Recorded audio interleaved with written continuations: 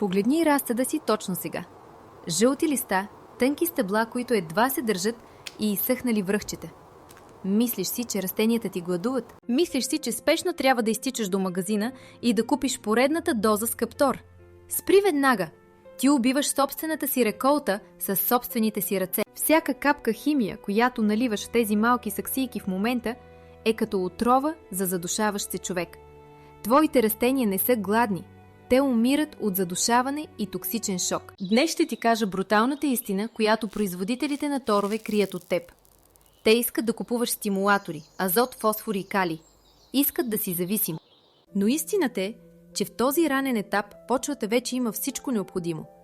Проблемът не е в липсата на храна, а в това, че корените са блокирани и не могат да я усвоят. Изхвърли торовете в кофата. Защо листата стават жълти и падат? Защо краищата им съхнат като изгорени с горелка? Това не е хлороза. Това е химическо изгаряне и кореново гниене едновременно. Когато налееш тор в малкия обем на кофичката за разсъд, солевата концентрация в почвата скача до небето. Водата в саксията става по-солена от соковете в самото растение. Знаеш ли какво се случва тогава? Физика от 8 клас. Осмозата се обръща. Почвата започва да изсмуква водата от растението, вместо обратното. Растението ти буквално умира от жажда, докато плува в мокра наторена кал. А ти какво правиш? Виждаш жълти листа и наливаш още вода. Наливаш още тор. Ти си палачът на собствената си градина. Слушай ме внимателно. Погледни дъното на саксията. Има ли там бял налеп? Има ли зеленикав мъх отгоре? Почвата мирише ли на блато и мухъл? Ако отговорът е да, твоите корени вече гният. Те са се превърнали в кафяви слузести нишки. Здравият корен е без здрави корени, листата не получават азот. Затова пожълтяват.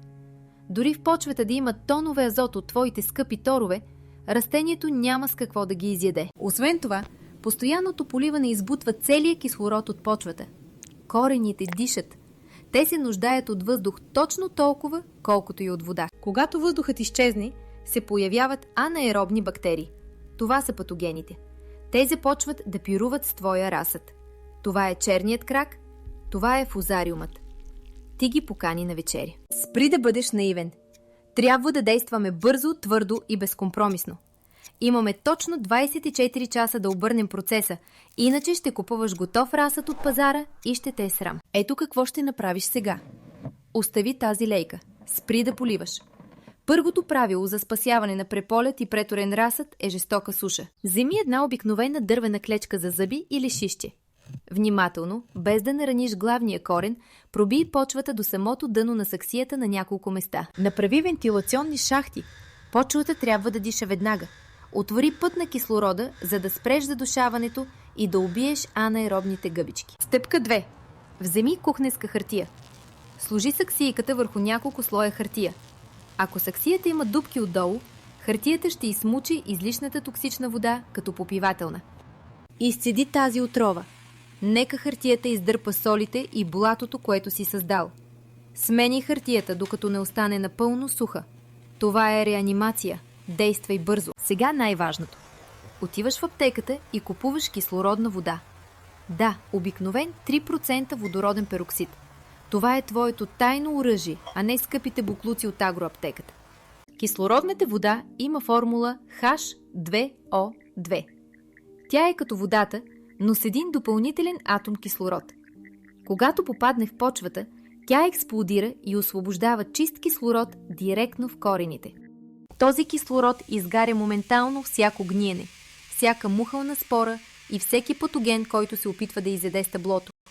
Това е ядрен удар срещу болестите. В същото време, свободният кислород стимулира мъртвите корени да пуснат нови, бели, здрави власинки в рамките на часове.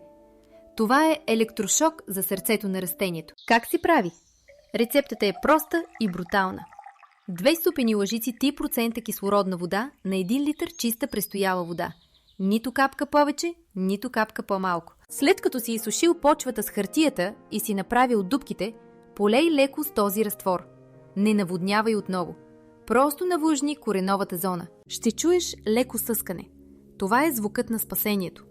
Това е кислородът, който убива враговете ти и съживява реколтата ти. Ако разсъдът е в критично състояние и почвата се е превърнала в бетон от солите на торовете, има само един изход – пълна трансплантация с промиване. Вадиш растението внимателно. Потапяш кореновата бала в купа с топла, чиста вода. Оставяш старата, отровна пръст да падне сама. Не дърпай корените, ще ги скъсаш. Когато корените са чисти, ги огледай. Вземи остра, дезинфекцирана ножица и отрежи всичко кафяво, черно и слузесто. Остави само здравото. Бъди безмилостен хирург.